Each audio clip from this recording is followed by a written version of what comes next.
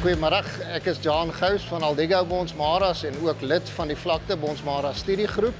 En ek wil net vandag, nadat ons produksieveiling afgehandel het, vir ieder en elk betrokke net hartlik bedank. En ek wil eerstens begin by ons Hemelse Vader wat ons die voorreg gegee het om so lekker in hierdie mooi wêreld met hierdie rooi beeste te boer.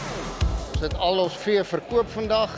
Kopers is gelukkig, verkopers is gelukkig. Baie dankie aan elke teeler wat 'n top aanbod vandag aangebied het op ons veiling. Baie dankie aan elke koper wat van ver gekom het, sommige van hulle om ons te ondersteun. Ons is verskriklik afhanklik en dankbaar vir julle. En dan laaste maar nooit die minste nie, ons borge, sonder julle kan ons hierdie nie doen nie. Aan ieder en elkeen van julle op, uit ons hart uit, baie dankie, hoor.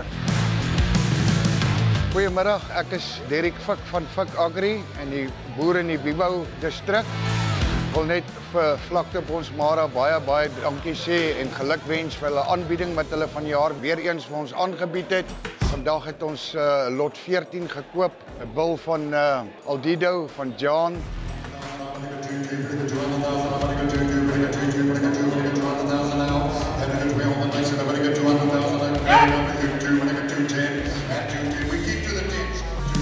Ons is vas oortuig daarvan dat die bil die perfekte bil is om ons kudde se genepool op te vat en ons dink ons gaan 'n hele paar jaar baie suksesvol met daai bil kan boer en ons sien uit om van sy kinders te kan kry.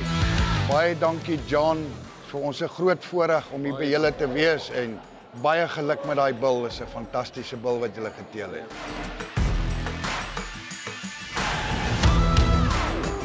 Namens die Vlakte Bonsmaras studiegroep wil ons julle dan ook hartlik uitnooi na ons bilveiling wat gehou sal word op die 17de Oktober net hier op Doringpan van Tiaan Kreer. Kopers, beeskundiges, mense wat lief is vir beeste, kom geniet die dag saam met ons.